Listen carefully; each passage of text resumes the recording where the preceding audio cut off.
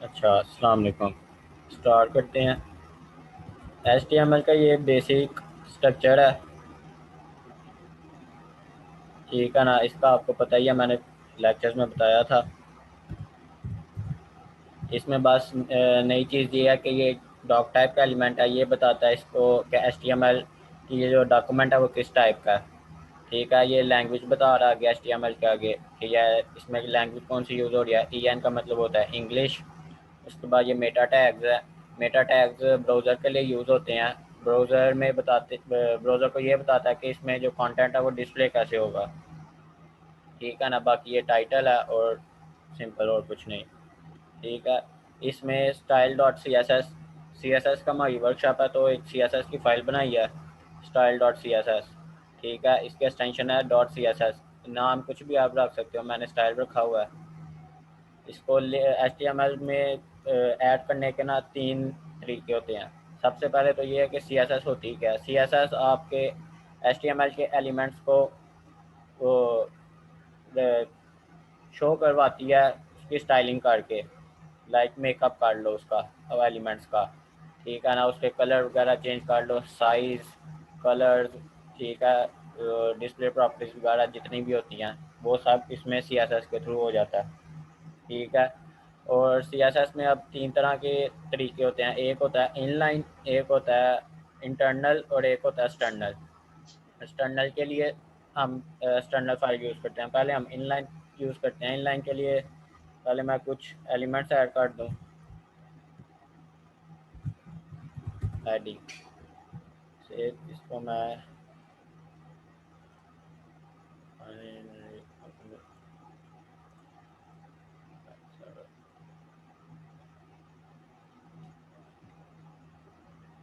ये ब्राउज़र में आ गया हेडिंग एलिमेंट, ठीक हो गया।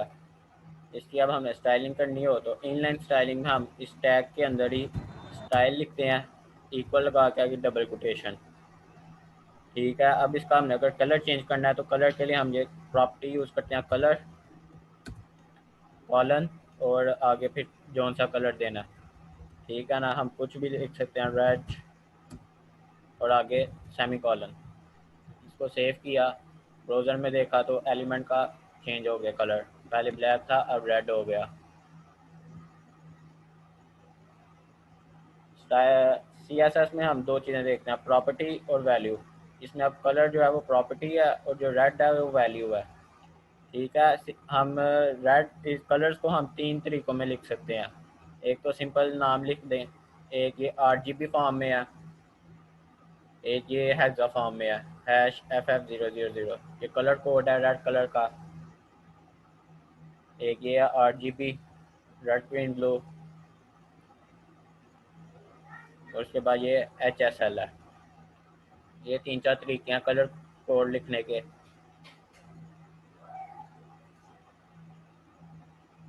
मैं अभी रेड ही लिखता हूँ, ब्लू, तो ब्लू हो गया।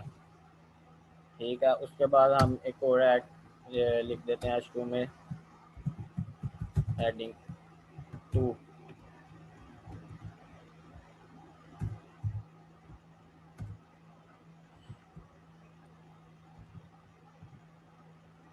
ये हेडिंग 2 आ गई। अब इसकी इसकी हमने करनी है ना इंटरनल में, तो हम इधर हेड टैग के अंदर आएंगे और इधर लिखेंगे स्टाइल। स्टाइल का एक टैग यूज़ किया, सिंपल उसका स्टार्टिंग पॉइंट और एंडिंग टैग। इसके अंदर हम फिर प्रॉपर क्या कहते हैं, एलिमेंट का नाम लिखेंगे, टैग का नाम H2 कर्ली ब्रेसिस, और फिर आगे इसकी प्रॉपर्टीज़ हमने क्या देनी है, इसका हम लिख देते हैं कलर और ग्रीन। इधर आए तो ये देखें ग्रीन कलर हो गया। रेड कर दें तो विजिबल हो जाएगा। अब ये कैसे काम कर रहा है, इसमें सबसे पहले हम ये इधर एलिमेंट ऐड करते हैं। एलिमेंट में हम इसको टैग्स यूज़ हो सकते हैं। ठीक है, कौन सा टैग आना है, अगर हम इधर पैराग्राफ का टैग यूज़ करें, दिस इज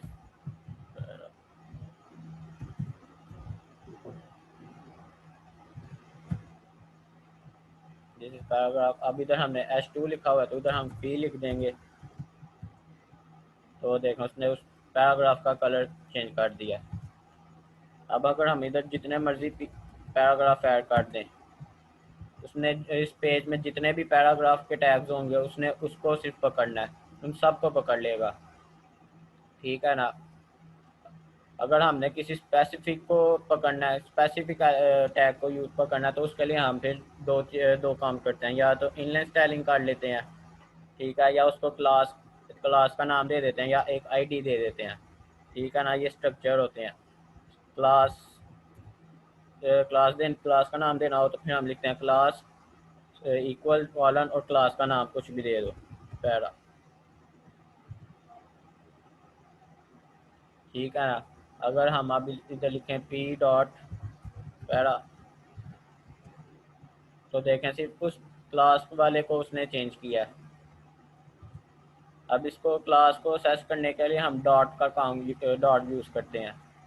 ठीक है, अगर हम इधर पी को ना लिखें, डॉट पैरा ही लिख दें, तो वो फिर भी उसी क्लास को असेस करेगा। ठीक हो गया, आ रही है ना समझ?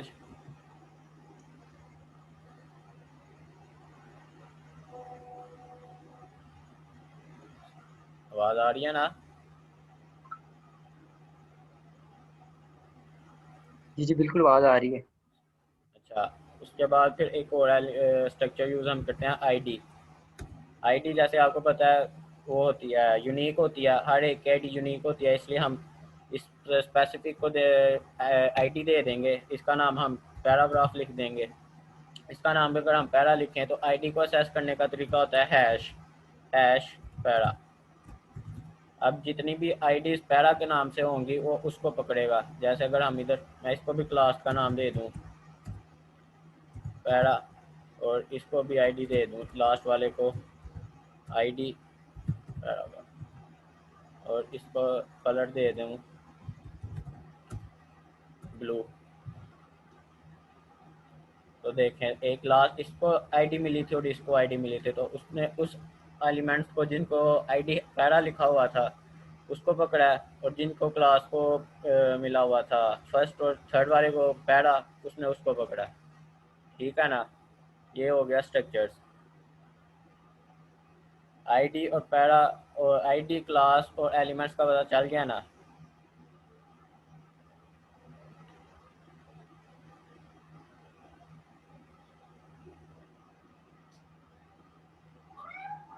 उसके बाद एक इमेज ऐड कर लें, इमेज का सोर्स, एक सेकंड, मैं सोर्स दे।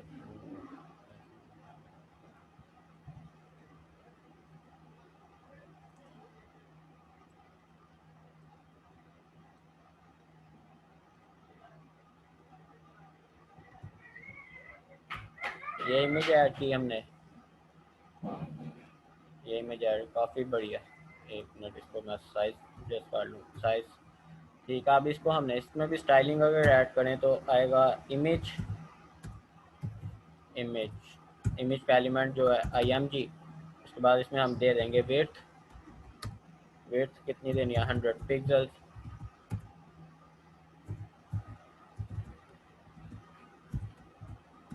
और हाइट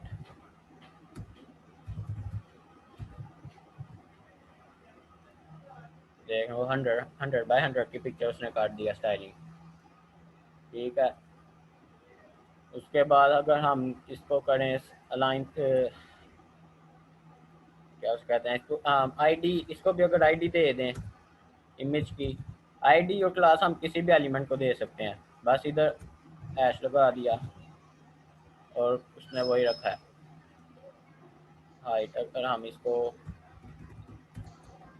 अच्छा ये जो है एलिमेंट्स वैल्यूज़ है ना, जो मैं पिक्सल पी एक्स और परसेंटेज लिख रहा हूँ, ये हम लिख सकते हैं PX में भी दे सकते हैं और परसेंटेज में भी दे सकते हैं, ठीक है ना। पी एक्स का मतलब होता है पिक्सल में, परसेंटेज का मतलब होता है, मतलब ज़्यादा वैल्यूज़ होती हैं इसमें, एग्जैक्ट नहीं पता।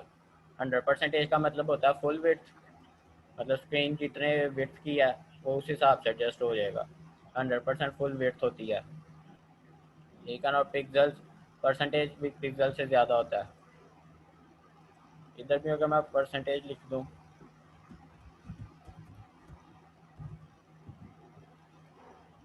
तो उसने देखें फुल विड्थ काट दिया। मैं इधर 50% काट दूँ,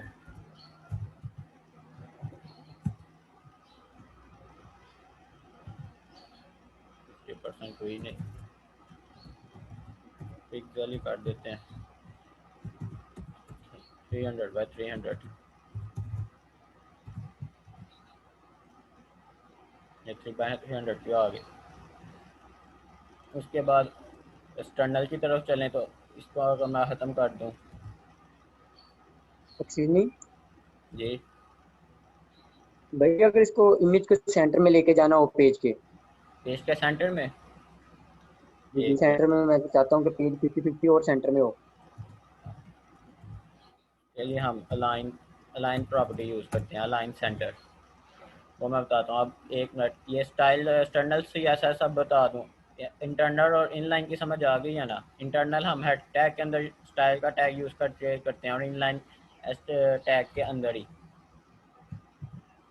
अब ये style dot C S S है ना, अब style dot C S S को एक्सेस करने के लिए ना हम पहले लिंक देते हैं इसको एच टी एम एल के टैग के साथ। उसके लिए हम यूज़ करते हैं लिंक,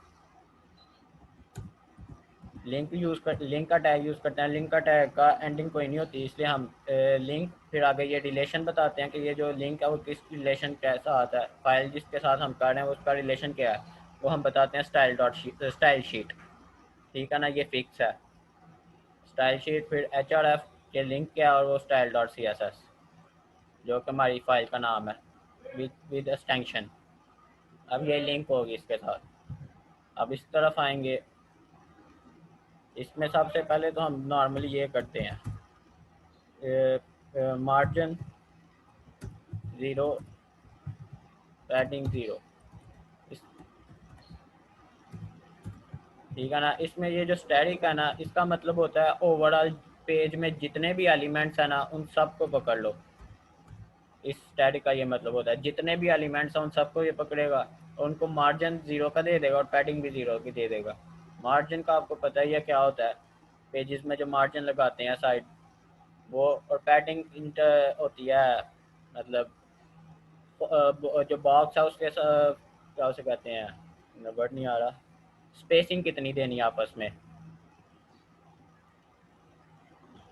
ठीक है ना। अगर इसको मैं सेव करूँ तो ये देखें, पहले इनमें ये पेज से थोड़ा सा आगे की तरफ थे, अब मैंने मार्जिन पैडिंग ज़ीरो कर दिया तो वो देखें बिल्कुल पेज के साथ लग गए, ठीक है ना।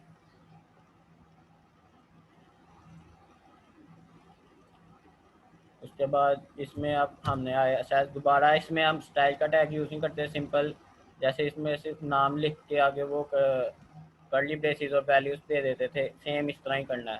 इसमें अगर हमने आज पैराग्राफ को ऐड करना है और इसका दे दें कलर ब्लू, इसमें साइज भी दे सकते हैं, फॉन्ट साइज, टेक्स्ट, ये देखिए टेक्स्ट अलाइन सेंटर,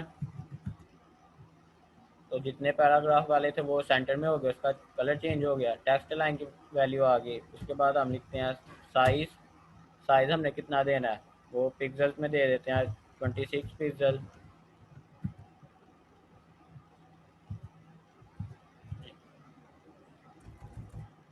36 पिक्सल नहीं हो रहा size,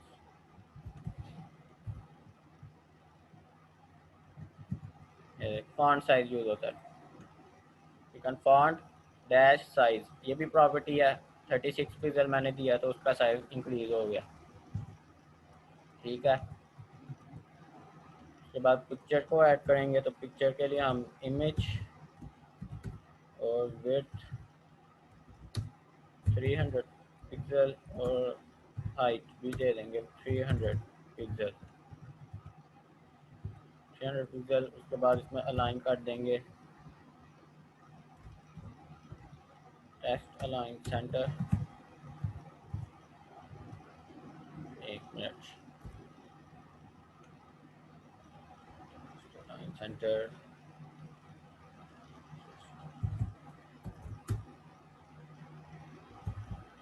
align item centre, centre नहीं हो रहा,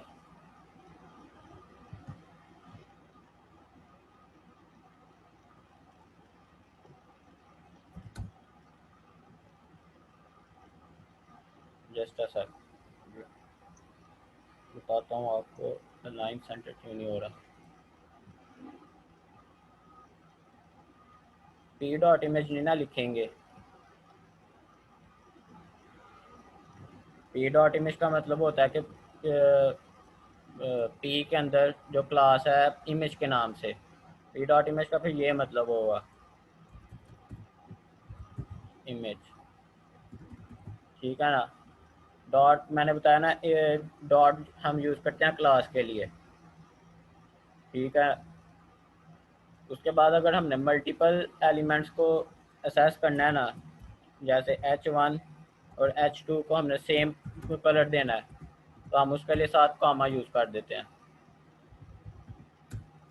कलर ब्राउन, तो देखें H1 और H2 को उसने इकट्ठा ब्राउन कलर कर दिया है कॉमा लगा के।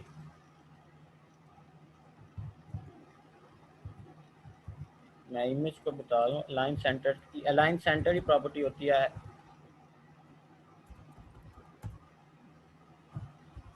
Top, top 0 50 right.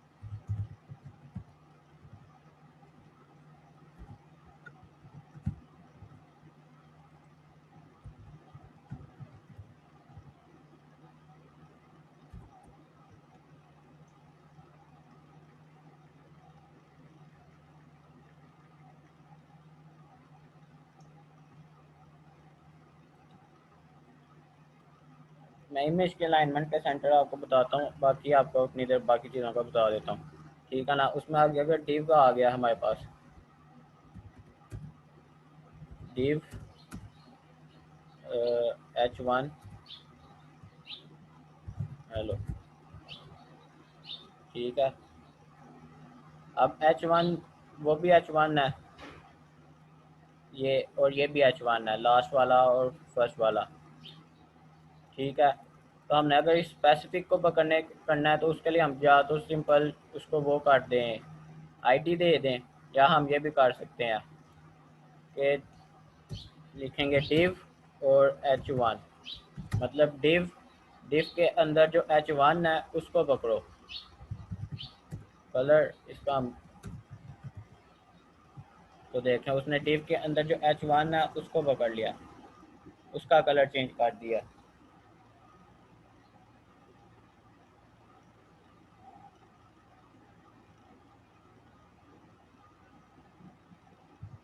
और इसके अंदर डिफ के अंदर जितने भी H1 आएंगे सिर्फ वो उसी को कलर चेंज कर देगा। अगर हम इधर पैराग्राफ का लिख दें और इधर कॉमा लगा के div p, तो div p के बाद जितने भी पैराग्राफ हैं वो उसको पकड़ लेगा।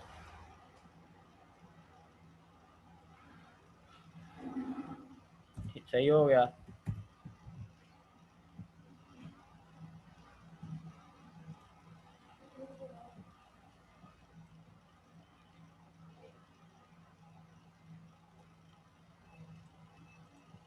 उसके बाद अच्छा ये इमेज का एलिमेंट का मैं आपको बता दूँ। अब इमेज के लिए अब मुझे एक तरीका होता है, इसको हम पहले डिस्प्ले कर दें, डिस्प्ले ब्लॉक। ये एक ब्लॉक की शक्ल में जो है उसको एलिमेंट को डिस्प्ले कराएगा। उसके बाद इसको हम मार्जिन दे देते हैं, मार्जिन लेफ्ट ऑटो दे देंगे प्लस मार्जिन राइट, ये भी ऑटो।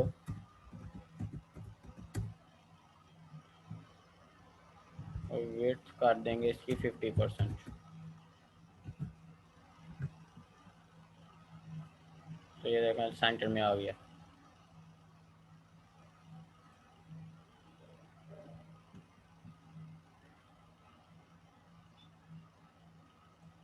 ठीक है, समझ आई है ना इमेज की। इसमें हमने क्या किया, इसको पहले तो इमेज का साइज़ दिया है विड्थ और हाइट, उसमें इसके बाद डिस्प्ले ब्लॉक का है वैल्यू दिया है कि इसको ना ब्लॉक की शक्ल में डिस्प्ले कराओ। फिर एक मार्जिन दिया है, मार्जिन जैसे आपको ऊपर बताया, मार्जिन के भी हम वैल्यूज़ होती हैं टॉप बॉटम लेफ़्ट और राइट। ठीक है, तो मार्जिन लेफ़्ट दे दिया। मार्जिन लेफ़्ट जब दिया तो वो उसने ये लेफ़्ट साइड है ना, तो वो उसने इस तरफ को उसको मूव कर दिया ऑटो ऑटो के साथ। और मार्जिन राइट से उसने इस साइड को मूव कर दिया। और जब विड्थ दी उसको 50%, तो उसने 50% की का मार्जिन दिया उसे लेफ्ट राइट, और वो सेंटर में हो गया। क्योंकि 100% तो टोटल है, तो 50% जब दिया तो 50% फिर हाफ पे आता है, सेंटर बिल्कुल सेंटर पे।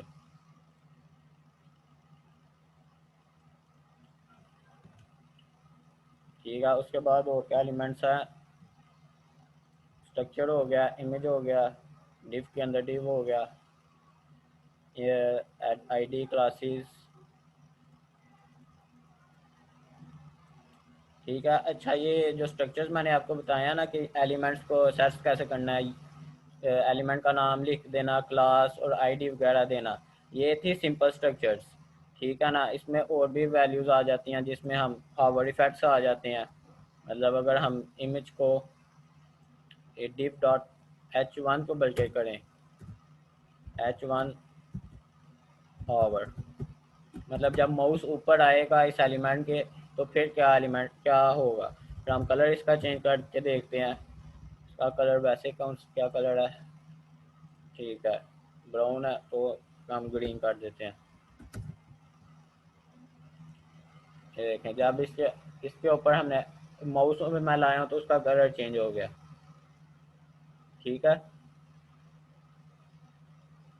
माउस पीछे किया तो साथ ही वही कलर आ गया। ये देख रहे हैं, अगर मैं उसके ऊपर नहीं कर रहा, साइड पे कर रहा हूँ, तो फिर भी उसका कलर चेंज हो रहा है। उसकी वजह ये है, मैं आपको बताता हूँ। ये जैसे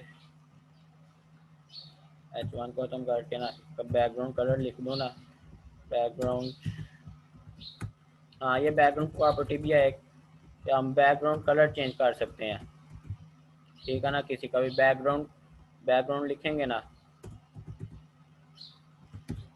तो बैकग्राउंड अटैचमेंट, बैकग्राउंड क्लिप वगैरह, उसके बाद बैकग्राउंड साइज़ है और बैकग्राउंड कलर भी है। ये बैकग्राउंड कलर इसका हम दे देते हैं ब्लैक।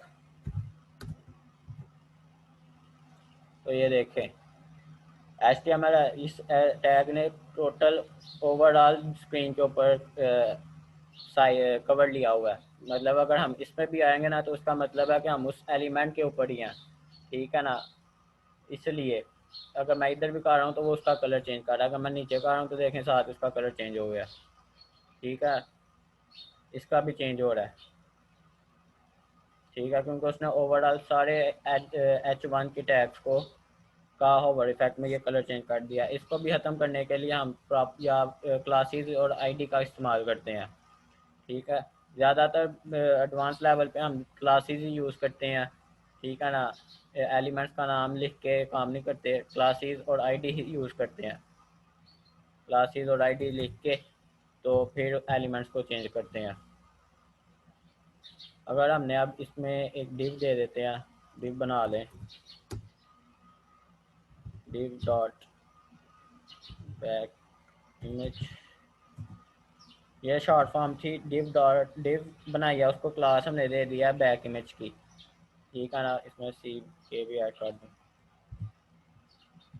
अब बैकग्राउंड इमेज लगा के दिखाता हूँ आपको डिव के अंदर। पहले इस डॉट बैक इमेज, इसकी विड्थ दे दें पहले, विड्थ 100% और हाइट दे देते हैं 100%, ये भी 100% कर दो। ठीक है, और इसमें बैकग्राउंड इमेज और इसमें यूआरएल लिख के डबल कोटेशन और उसके अंदर बाद जो पिक्चर है वो ऐड कर देनी है। ठीक है, तो वो ऐड हो जाएगी। नहीं बल्कि एक मिनट, अपना बैकग्राउंड साइज भी देना है पहले। बैकग्राउंड साइज किधर गया, ये बैकग्राउंड साइज हमने कवर लिख दिया।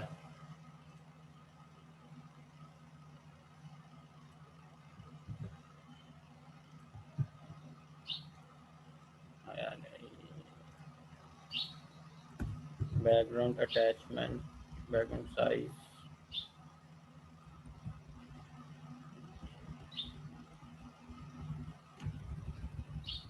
बैकग्राउंड पोजीशन सेंटर और बैकग्राउंड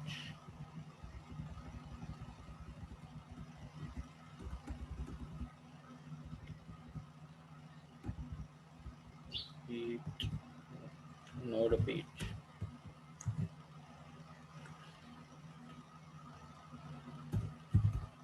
मिनिमम हाइट।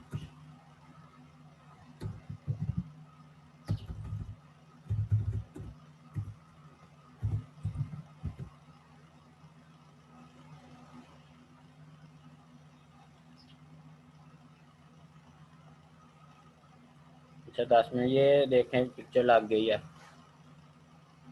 100 पिक्सल मैंने किया, उसको 300 कर दूँ। ये 300 पिक्सल पे इसने पिक्चर लगा दिया। ठीक है, अब इसमें हुआ क्या है। ठीक है, हाइट विड्थ दिया उसको। ठीक है, उस डिव को। ठीक है, कितनी विड्थ है। फिर मिनिमम हाइट दी है कि मिनिमम हाइट कितनी होनी चाहिए उस पिक्चर की, वो 300 पिक्सल दे दिया। ठीक है, उसके बाद बैकग्राउंड इमेज दिया, उसका यूआरएल लगाया और बैकग्राउंड साइज बताया कि वो इमेज जो बैकग्राउंड है उसका साइज क्या होगा, वो हमने बताया कि कवर होगा, मतलब पूरे पेज को। आवाज़ नहीं आ रही?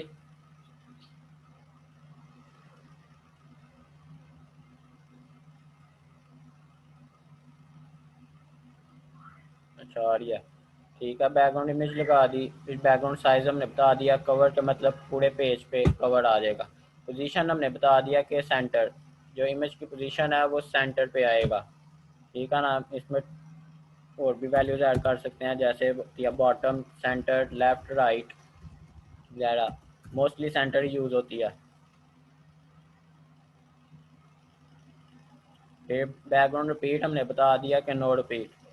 ठीक है ना, इसका मतलब ये होता है कि अक्सर ना पिक्चर्स मल्टीपल टाइम्स आ जाती हैं। ठीक है ना, साइज़ का इशू हो जाता है, तो उसकी वजह से स्क्रीन को कवर करने के लिए ना मल्टीपल पिक्चर्स आ जाती हैं। तो उसको ख़त्म करने के लिए हम ये repeat background repeat no repeat use करते हैं कि रिपीट ना हो। ठीक है, अगर हम इसको इधर 100% कर देंगे वो पूरी इमेज आ जाएगी। 100%, 100% नहीं। एक ये भी प्रॉपर्टीज होती है वी एच, मतलब वर्टिकल हाइट। ये देखें, प्रॉपर इमेज सारी इमेज आ गई। वी एच का मतलब होता है वर्टिकल हाइट। ये भी हम वैल्यू यूज़ कर सकते हैं पिक्सल परसेंटेज के अलावा। एक आर डी एम होता है, वो आप जब आगे साथ साथ पढ़ते जाएंगे तो आपको पता चलता जाएगा। ठीक है, एक बैकग्राउंड इमेज भी लग गई। इसके अंदर हम अगर एलिमेंट ऐड करें H1 और हेलो, तो ये देखें, ये इमेज के ऊपर है ये वाला H1। इसको मैं कलर चेंज कर दूँ, H1 की बजाय H5 दे दूँ।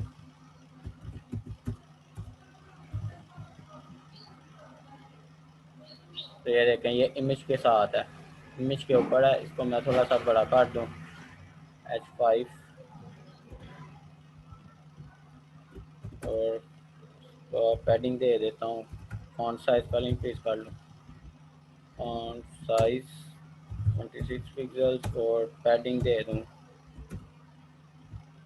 16 पिक्सल्स। तो ये देखें, इमेज के ऊपर ये टैग आया है। ठीक है ना, बैकग्राउंड में ये इमेज बैकग्राउंड में लगी हुई है। आगे समझ। अब ये देखें, ये पैडिंग हमने दिया ना, तो 16 पिक्सल, तो उसने 16 पिक्सल ऊपर से भी, टॉप से भी, बॉटम से भी, लेफ्ट से भी, राइट से भी वैल्यूज हमने दिया है। ठीक है ना, इसमें अगर हमने वैल्यूज वैसे इंक्रीज करनी हो तो हम इस तरह यूज़ करते हैं, 12 पिक्सल, 0 पिक्सल और 3 पिक्सल। तो ये इस तरह काम करता है, top, top, left, right, bottom. हाँ ये देखें, उसने लेफ्ट से 0 दे दिया, ये left, top, right, left, bottom. ठीक है, वैल्यूज देने का ये भी तरीका। अगर हम सब की वैल्यू सेम रखना चाहते हैं तो हम फिर 16 पिक्सल ही रख देते हैं। वो ओवरऑल सब की value, top, bottom, left, right की वैल्यू 16 ही रख देगा। ठीक हो गया। उसके बाद अगर हम इसका मार्जिन भी दे दूँ, मार्जिन 15 पिक्सल्स, तो उसने मार्जिन भी दे दिया।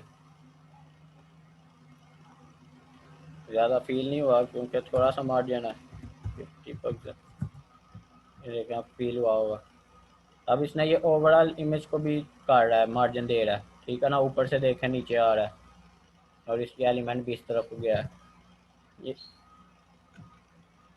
खत्म कर दूंगा तो ये देखें ज़्यादा, अब देखें, अब फासला ही नहीं है मार्जिन का। ये मार्जिन से ये उसने स्पेस दे दी थी। बैकग्राउंड इमेज का भी आपको पता लग गया, बेसिक एलिमेंट प्रॉपर्टीज़ का पता चल गया आपको। अब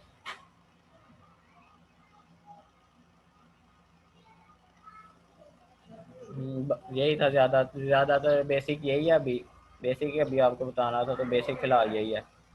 बाकी ज़्यादा एडवांस लेवल पे आ जाते हैं, सूडो क्लासेस आ जाती हैं। ये भी एक सूडो क्लास है, बट मोस्टली यूज़ होती है हावर इफेक्ट। मतलब माउस ओवर आया तो फिर क्या होगा, हम ये सूडो क्लासेस किसी को भी दे सकते हैं, इमेज को भी दे सकते हैं, बैक इमेज को, H5 को। ठीक है, क्लासेस हेड, क्लासेस को, उसके बाद आईडी को, किसी को भी। इनलाइन, इंटरनल और एक्सटर्नल का भी आपको बता दिया। एक्सटर्नल मोस्टली प्रोफेशनल लेवल पर एक्सटर्नल CSS यूज़ होती है। एक्सटर्नल फाइल बना के उसको लिंक कर दो।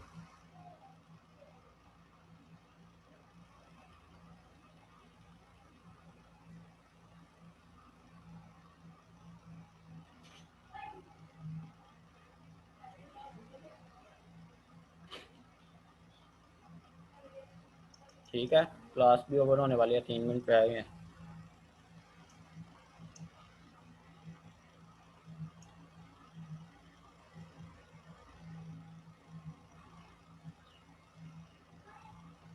यही था आज हमारे।